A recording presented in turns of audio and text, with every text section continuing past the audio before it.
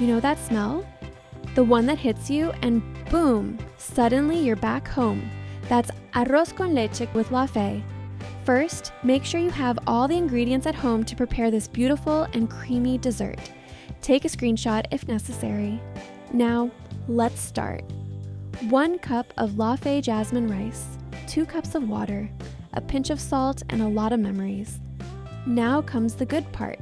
Add La Fe Evaporated Milk, La Fe Condensed Milk, and a cinnamon stick.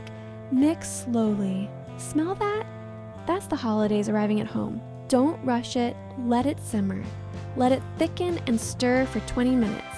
This isn't just cooking, it's reconnecting with your memories and all the flavors around them. When it's perfect, add a splash of vanilla and a hint of citrus. That's Abuela's secret. You serve it warm, and someone smiles before even tasting it. Because they already know, it's home. This holiday season, bring that smell back. This holiday season, con La Fe tastes like home.